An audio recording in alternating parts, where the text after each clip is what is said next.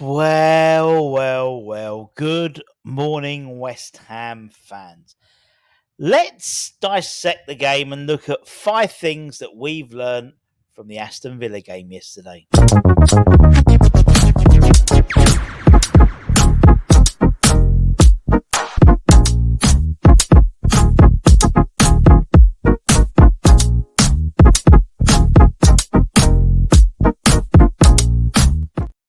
Yes, everybody, watching the West Ham Network. Hope you're all safe and well. If you're new around here, you know what to do. Like, comment, share, all that good stuff. Now, not so much of good stuff was the game yesterday against Aston Villa, losing 2-1 in Julian Lopetegui's first proper game in charge as West Ham head coach. And there was a lot of anger, a lot of crossed words said. And I heard as I was walking through, through the crowd on the way back. But I've had chance to reflect. I've had chance to watch the game again, and I'm gonna, as always, be a half glass full type person. Well, 2/3 or 1/3 full. And pick. It's difficult to make positives when you've lost the game, but it's not. The world has not collapsed.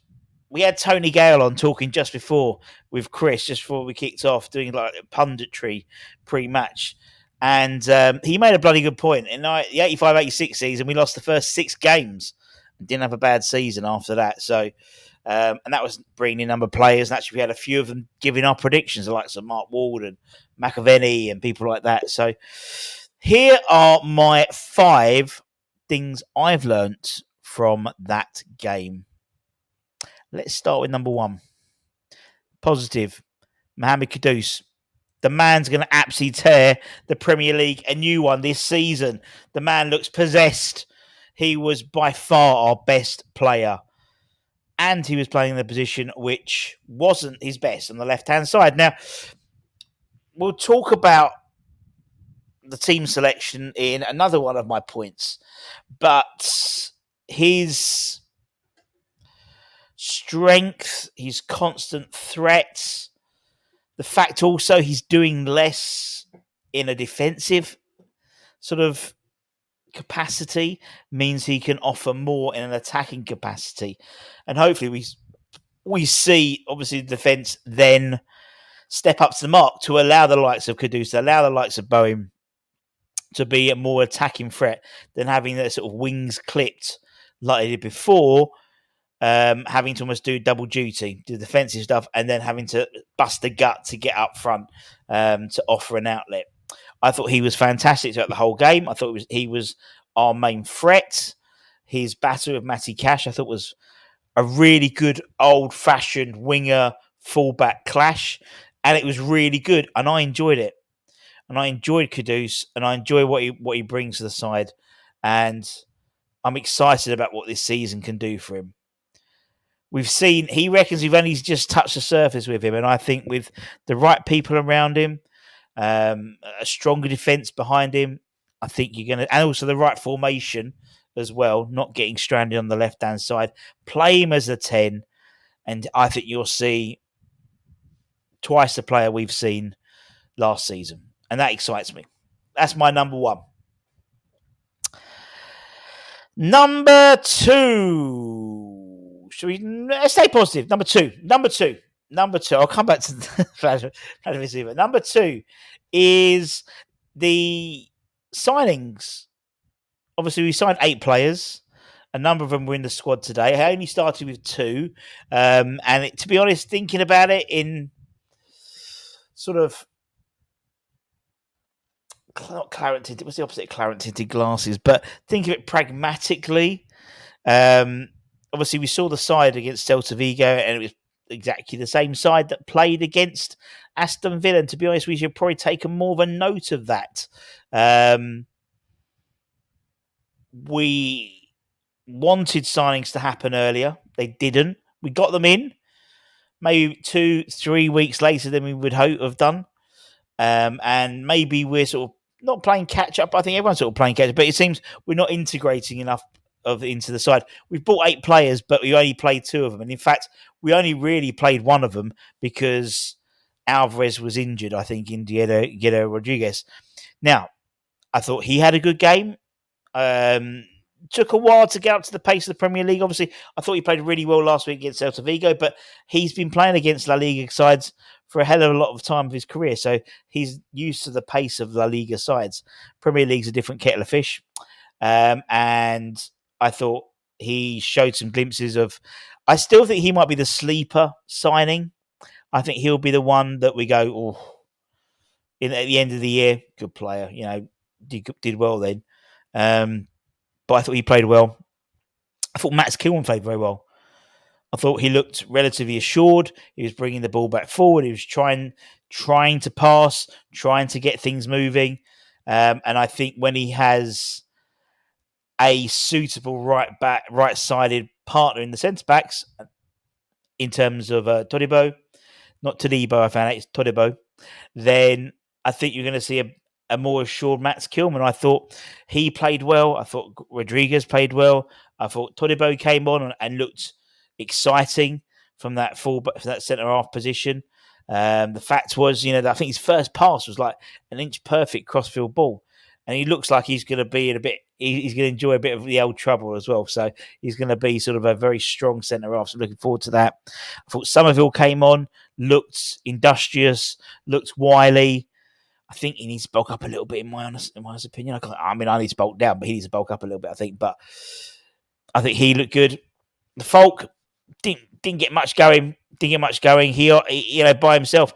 He says he feeds off assists, and that's what he's needed. That's what the assists need coming in. So I think everyone that came on of our new signings acquitted themselves well. I thought Max was probably the pick of the bunch, but he played the full game. So there we go. Obviously, the next question is, you buy these fucking players, why aren't you playing them from the start? And I can understand the Todibo, I can understand Wan-Bissaka, particularly because both did come in late. I expect both of them to start next week against Crystal Palace. Obviously, Wan-Bissaka starting against his former club as his West Ham debut. I think Todibo will come in as well. And I think straight away you've got a more mobile, more dynamic sort of back four, particularly with Emerson. I mean, Emerson, you've watched the highlights, watched the game.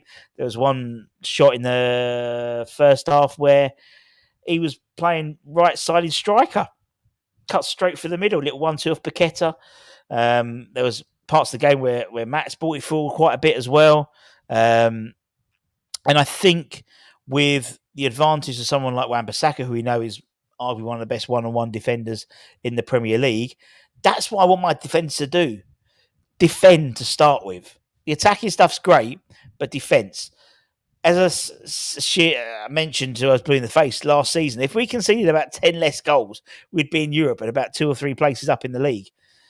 Again, leaking goals in the defence, but 3/4 of that defence was the same defence that played last year. So we're bringing in a 3/4 of new defence.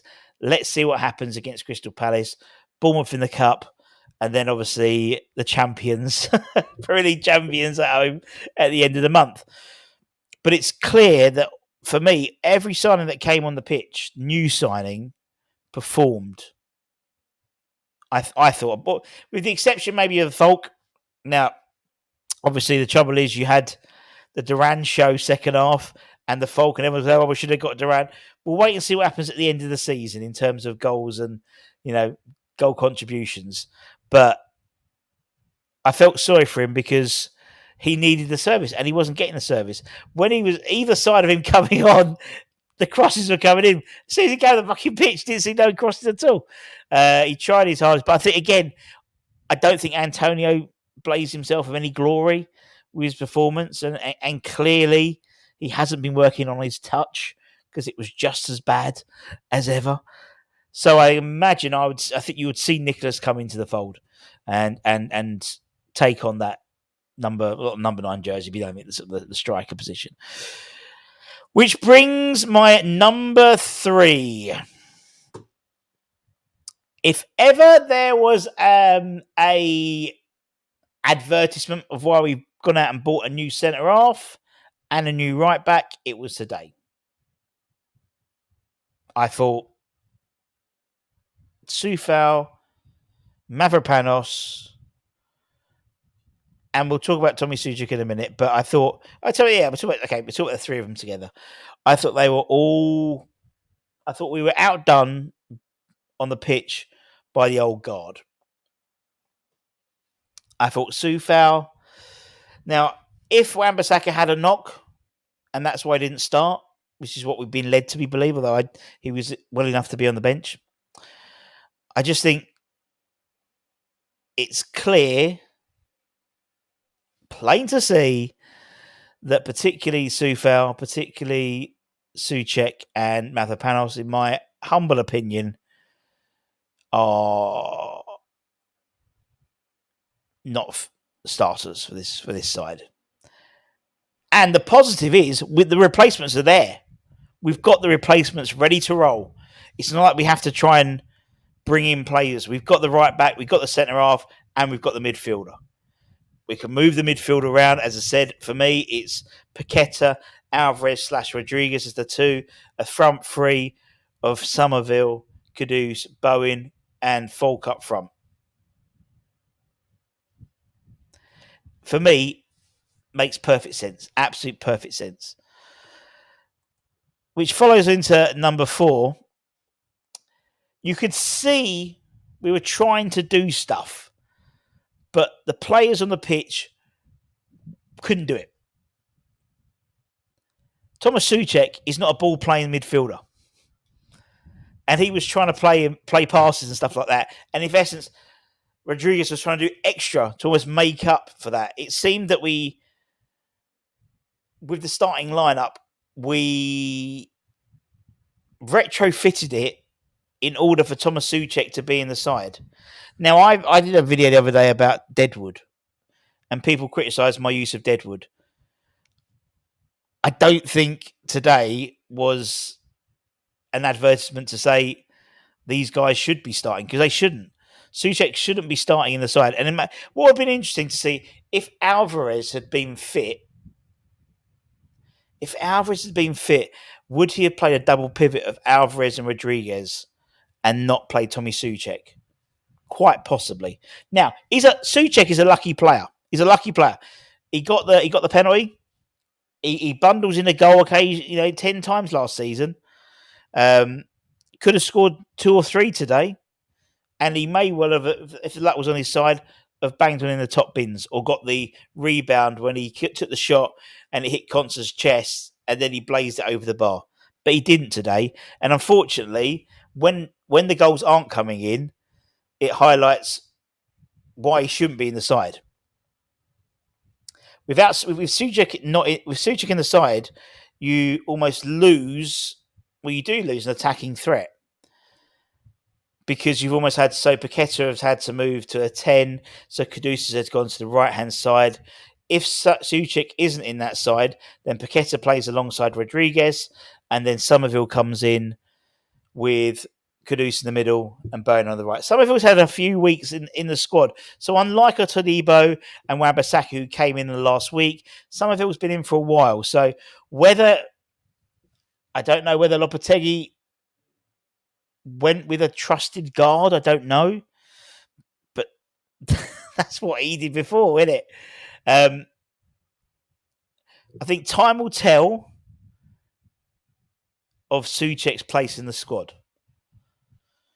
If the team sheet comes out against Crystal Palace and Suchek's back in the squad, he's got some dirt on someone. He must have, because he's not jeopardising, but he's quelling the creativity of this side, which could be in it. For me, it's evident. I think I wouldn't be surprised this week if, we've got no money, but we magically find out £70 million to get Carlos Soler in, because he fits this. Thomas Suchek does not fit this system. Thomas Suchek does not fit a possession-based, way of playing. And that was my point 4. That was my number 4. It's clear that some of these are surplus to requirements. I won't call them Deadwood because I don't want to offend Peter Chelmsford. but a number of these players are surplus to requirement. But point three, we've got the replacements already. So there's a positive in that. And lastly, I want to talk about the game management. Let's not talk about the select. We talk about the starting 11 selection, which surprised me, and I think surprised a lot of people. But in terms of, well, firstly, the man's a. If you're talking about Loppy, the man's a bloody. I don't know how many. Considering he can only get in that technical area, he was all over the fucking place. He's running, and I like seeing a manager or a head coach who is passionate, who is throwing his arms around, and it might mean fuck all to the players, but for me, it's like he's trying to do stuff. He's trying to get his point across, and I like that. I do like that. I liked what did it, I thought it was a similar time to doing subs than under the previous manager. 60 minutes, 65 minutes, they came on. He made some big calls as well, whether you agree they were right or wrong. Possibly one or two might have been wrong, but he made some big calls. I think that shows that he's not scared to change things. He's not scared to upset people. He's not scared to make the big calls and work, and take off. The likes of Paqueta, the likes of Bowen. Bowen didn't have a great game. Paqueta didn't have a great game, in all honesty. But he took them off. Antonio, I'd have probably taken off at half time. I just didn't see he had a great game at all, really. I just thought he was very, his touch was poor. When they put the ball in the box, it was bouncing off the top of his head. For me, he's not a starter. He's an impact sub which comes on at 65 minutes, not comes off at 65 minutes. And he has 30 minutes, 35 minutes, 40 minutes with injury time to just go hell for leather and knock about some tired fullbacks or some tired centre halves. I like the fact that he made decisions quickly. So as soon as right, this one, you're on. Whereas previous managers, we'd have gone 2-1 down. There'd have been at 5-10 minutes conflab. Kevin Nolan would have come up. Billy McKinley would have come up. They'd all have a little chat. It was literally right. That's going. We changed formation as well. Started as a back four. They brought on Todibo. Went to a back three. Pushed the fullbacks farther up. And it showed that, slightly better in game management. Now, obviously, we lost the game, so it wasn't that good. I think Villa are a good side. I think, the signing of Amadou and Arna, I thought was brilliant. I think he's a great player. I would have loved him at West Ham. I thought he'd have given us that extra bite in midfield which we need, physicality, which we don't usually have. Again, similar, my frustrations last week against Celta Vigo, takes off Rodriguez, takes off Paqueta, ends up having JWP and Suchek in the middle, and we lose the midfield battle. Same thing happened today. Same thing happened against Aston Villa. And I don't get it. Now, with everyone fit, everyone well, I don't think, personally, I don't think Suchek gets in the side. I don't think JWP gets near the side as well. When everyone's playing on their A game, if Bowen was playing better, had a better game, if Paqueta had a better game, I don't think you'd see JWP on the pitch. For the Premier League games, at least. Maybe obviously the Carabao Cup and the FA Cup. But I like the fact that, I like the fact he's animating the touchline. I like that. I like the fact that I think we used all 5 subs up as well. So we actually utilised 5 subs. I like the fact that there was a triple sub, there was a double sub. It wasn't fits and starts. It was right. I like the way we changed formation as well.